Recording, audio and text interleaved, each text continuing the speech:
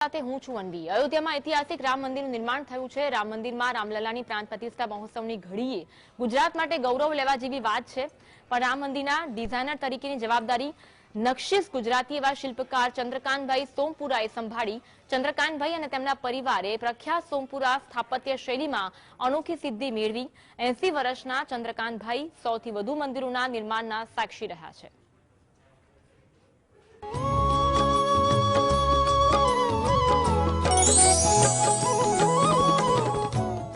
જ્યારે મંદિર નિર્માણ કરવાની વાત હતી ત્યારે તો એવું લાગતું હતું કે આ મંદિર થશે કે કેમ, કારણ કે ત્યાં વિવાદિત ઢાંચો ઊભો હતો અને અમે ત્યાં ગયેલા અને અમે જોયું કે ભાઈ આ જગ્યાએ મંદિર બનાવવાનું હોય તો આ જગ્યા ક્યારેક ખ્યાલ થશે, ક્યારેક ખુલશે, શું થશે।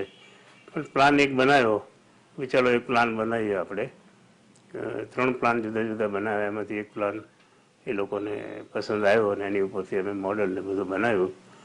ઘણા વખત સુધી કામ ચાલ્યું, પછી થોડા નિરાશા થઈ એટલે કામ થોડું ધીમું પડ્યું અને કોર્ટનું ડિસિઝન આવ્યું પછી એકદમ એમ થયું કે કામ થશે અને રામ મંદિર સરસ બનશે। એટલે બધાની ઈચ્છા એવી થઈ કે ભાઈ આ જૂનું મંદિરનું પ્લાન છે એ થોડા નાનું લાગશે એટલે આપણે મોટું કરો। મોટું કરવાના હિસાબે અમે 2 મંડપ આગળ વધાર્યા, 2 મંડપ સાઈડમાં વધાર્યા, એમ કરીને 5 મંડપ કરી એક મજલાની હાઈટ પણ વધારી અને એમ કરીને આખું 160 ફૂટ 61 ફૂટનું ઊંચું કર્યું અને લંબાઈ પહોળાઈ બધું સારી રીતે વધારવામાં આવી। વિચારમાં તો એવું છે કે મને વિશ્વ હિન્દુ પરિષદના અશોકજી સિંઘલ હતા, એમણે મને બોલાવેલો। એમણે પણ બિરલાજીનો કોન્ટેક કરેલો કે આ મંદિરો બિરલાના તમારા સારા મંદિરો બનાવે છે એનો અમને મેળાપ કરાવી આપો। એટલે જી.ડી. બિરલા એમણે અશોકજી સિંઘલ સાથે મારે મેળાપ કરાવી આપ્યો અને મને એમ કહ્યું કે તમે આ મંદિરનું પ્લાન બનાવો। ત્યારથી હું આ સંસ્થા સાથે લગભગ 32-33 વર્ષથી જોડાયેલો છું અને વિશેષતા આ મંદિરમાં તો એ છે કે સૌથી પહેલી વસ્તુ એ છે કે આ બધા મંદિરોમાં ભગવાનને આપણે લાવીએ છીએ અને બેસાડીએ છીએ, પ્રાણ પ્રતિષ્ઠા કરીએ છીએ। આ મંદિરની વિશેષતા એ છે કે જ્યાં ભગવાનનો જન્મ જ થયો છે, જેનો કોઈ બીનો જન્મ થાય તો 6x3 ખાટલામાં થાય, એ જ જગ્યા છે। આજથી હજારો વર્ષ પહેલાં કે જ્યારે પણ રામજીનો જન્મ થયો હશે ત્યારે ત્યાં થયો છે એવી માન્યતા છે અને આપણે માનીએ છીએ। એ જ જગ્યાએ મૂર્તિનું સ્થાપન થશે। એક મોટામાં મોટી વસ્તુ છે કે આવું હિન્દુસ્તાનમાં શું ક્યાંય બહાર પણ એવું મંદિર કદાચ નહીં બન્યું હોય કે જે આટલા સંઘર્ષ પછી એ જ જગ્યાએ એ જ જન્મભૂમિ પર એમનું મંદિર બને। લખનઉ લઈ જઈને મને અયોધ્યા લઈ ગયા। અયોધ્યાથી મને એમ કહેવામાં આવ્યું કે હું બહાર બેઠો છું, તમારી સાથે આવીશ તો કદાચ તમને કંઈ તમારી રીતે જોવા નહીં દે, દર્શન કરીને ચાલો કરશે, એટલે તમે તમારી રીતે જોઈ લો। એટલે હું મારી રીતે એકલો અંદર જઈને જોયું, પછી માપ તો કંઈ હતું નહીં મારી પાસે, એટલે મેં પગથી બધા માપ કર્યા કે કેટલું ચાલીએ, કેટલું લંબાઈ છે, પહોળાઈ છે, એ બધું મેં બહાર આવીને પાછી માપ કરી અને એમાં આપી લીધું એટલા ફૂટ બાય આટલા ફૂટની જગ્યા છે અને એમાં જ પ્લાન બનાવવાનો છે, કારણ કે હું મોટો નાનો કરું તો કોઈ મતલબ નહોતો। જતાં જ આપણને એમ લાગે કે એ વસ્તુ છે કંઈ, એટલે એ રીતે જોયું તો ખૂબ એમ થયું કે ત્યારે ભલે માપની તો કોઈ ખબર જ નહોતી, એકદમ વિચાર આવ્યો કે આ રીતે હું માપ લઈ લઉં। ભગવાનની દયા હશે એ માટે કે ભાઈ આ રીતે તું માપ લે, એટલે મેં માપ લઈ લીધું બધું। માપ લીધા પછી ખરેખર મેં જ્યારે એ માપ ત્યાંથી માપ આવ્યું અને મેં લીધું હતું એમાં લગભગ 2 થી 3% ફરક હશે, એટલું સરસ માપ લેવાઈ ગયું। કોર્ટના ડિસિઝન પછી જે ડ્રોઈંગ બન્યા એમાં થોડો ફેરફાર તો થયો એટલા પૂરતું કે એ લોકોએ નક્કી કરેલું કે ભાઈ આપણે આ મંદિર છે એ લગભગ 200થી 2000થી 2500 વર્ષ ચાલે એવું ચાલે અર્થક્વેકમાં એવું કરવું છે।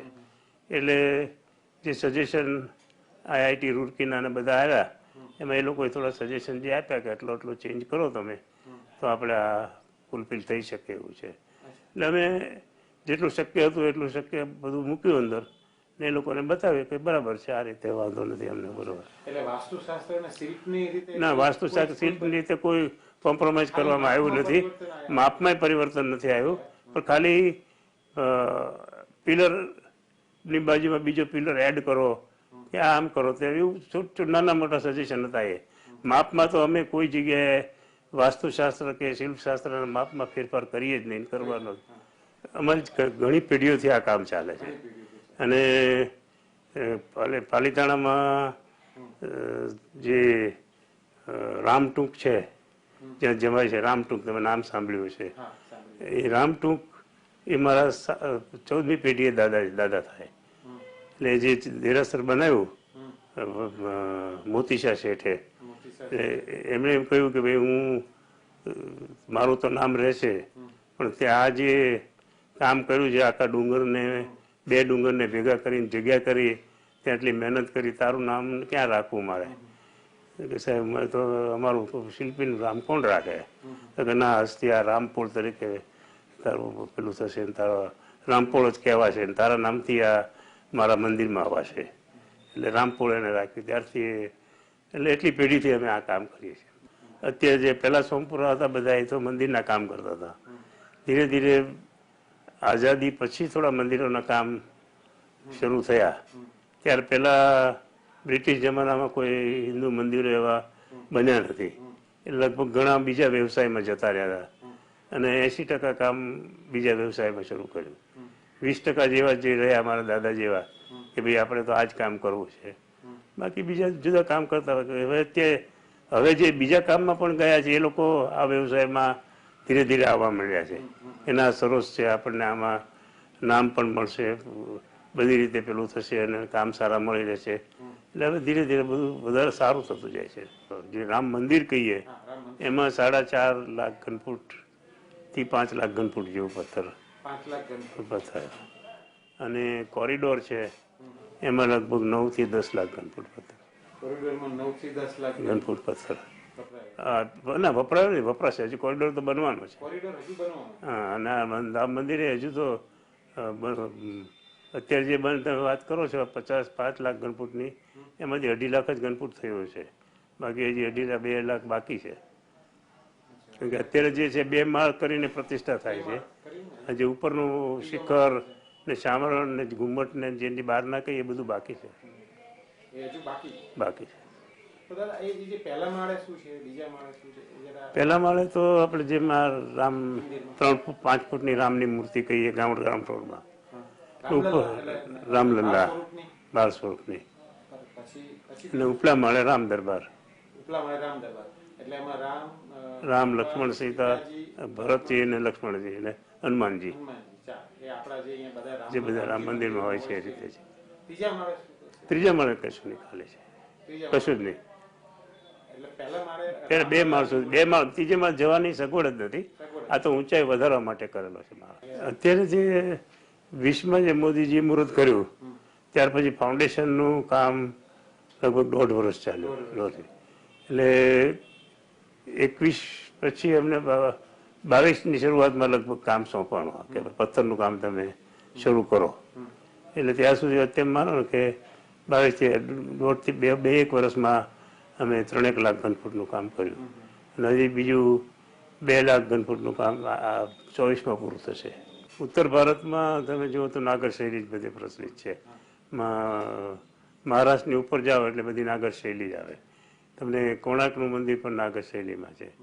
આપણા કાશી વિશ્વનાથના બધા મંદિરો જુઓ તો તમે એ જ મંદિરમાં મળે. નાગર શૈલી એટલે શિખર.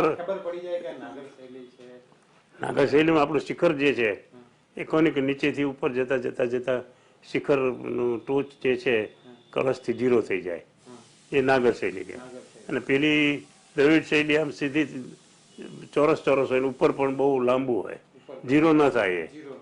પ્લસ એ લોકો એવું માને છે કે ગોપુરમ એટલે જેમાંથી આપણે દાખલ થઈએ એ, અને ભગવાનનું મંદિર હોય એ જુદું.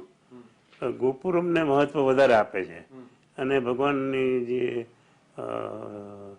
સ્થાપના હોય એનું મહત્વ તો હોય જ બધાનું, તેની ઊંચાઈ ઓછી હોય. તો એવું એ લોકો માને છે કે વિશ્વ ખૂબ મોટું છે ને એના ખરાબીઓમાંથી આપણે ભગવાન પાસે જઈ રહ્યા છીએ, એટલે એમ કે આ બધું વિશ્વમાંથી એક સૂક્ષ્મ સ્વરૂપમાં આપણે જઈ રહ્યા, એટલે એવી રીતે એ લોકો એવું માને છે અને આ ગોપુર મોટું કરે ને પેલું નાનું કરે. બિહારમાં અને એક બિહારમાં શિવ મંદિર છે. શિવ મંદિર છે. પછી બીજા કોઈ ઓછા, બહુ ઓછા મંદિર આવા છે. બનતર નથી. આ રાણકપુરમાં ઉદયપુરનું જે ના એ દ્રવિડ આપણે આનું નાગર શૈલીનું ખરું, નાગર શૈલી પણ અષ્ટકોણીય નથી. તો અષ્ટકોણી આ રામ મંદિર બને છે. એ સિવાય આપણે ત્યાં આજે અમે કીધા એ જ તમને બસ. બિહારનું પેલું તમે શિવ હા, એ છે. એટલે બહુ બહુ જૈન મંદિરો અમે બે બનાવ્યા. એ કયા? એક અહીંયા પાલિતાણામાં કર્યું, નંદપ્રભા, એ અષ્ટકોણીય છે. એટલે અષ્ટકોણી એની પાછળની થીમ શું છે કે ભાઈ ભગવાનના 8 અવતાર એ શું એ આઠ અવતાર ભગવાનના છે, એના એક એક અવતારનો એક એક પાર્ટ માનીએ એમ. નવીન કંઈક કરવા માટે, બીજું કોઈ એનો કોઈ ઈરાદો એવો નથી કે કેમ. શિલ્પ અને સ્થાપત્ય કોઈ નિયમ તમે જુઓ તો તમને સારું લાગે એ વસ્તુ સ્થાપત્ય. શિલ્પ પેલી રીતે જોવાય કે કઈ સ્થાપત્ય તમે એમ જુઓ કે તમને સારી વસ્તુ કઈ લાગવી જોઈએ. તમને એક જ દિવાલ સારી લાગે તમે એક દિવાલથી કરી શકો, 4 દિવાલથી સારું લાગે 4 દિવાલ કરો. શરૂઆત મંદિરની શરૂઆત ત્યાંથી થઈ. આપણે સૂર્યના જેમ કહીએ કે ભાઈ આપણે અનાદિ કાળ પહેલા આપણા બાપ દાદા જંગલમાં રહેતા, એને વાઘ દીપડા ના એટલે બધા પ્રાણીઓનો બધાનું બીક લાગતી, એટલે અગ્નિ પ્રગટાવે. એટલે અગ્નિ પ્રગટાવે એટલે એ આવે નહીં જીવજંતુ ઓલા પ્રાણીઓ, એટલે એને દેવ તરીકે પૂજવા માંડ્યા કે આ ભાઈ આ અગ્નિ દેવતા આપણા. એ પૂજા એને બુજાઈ ન જાય એટલા માટે એને એક શેલ્ટર કરવામાં આવ્યું. શેલ્ટર કરીને એક ઉપર પાણી પડે નહીં, વરસાદ ના આવે એટલા માટે એક નાનું એવું પેલું કરવામાં આવ્યું. એ લોકો મંદિર તરીકે, એમાંથી જ આ મંદિરની કલ્પના આવી. હવે એ વખતે જુઓ તો તમને એ જાતના મંદિર હતા. પછી આ ધીરે ધીરે વિકાસ થતો હતો.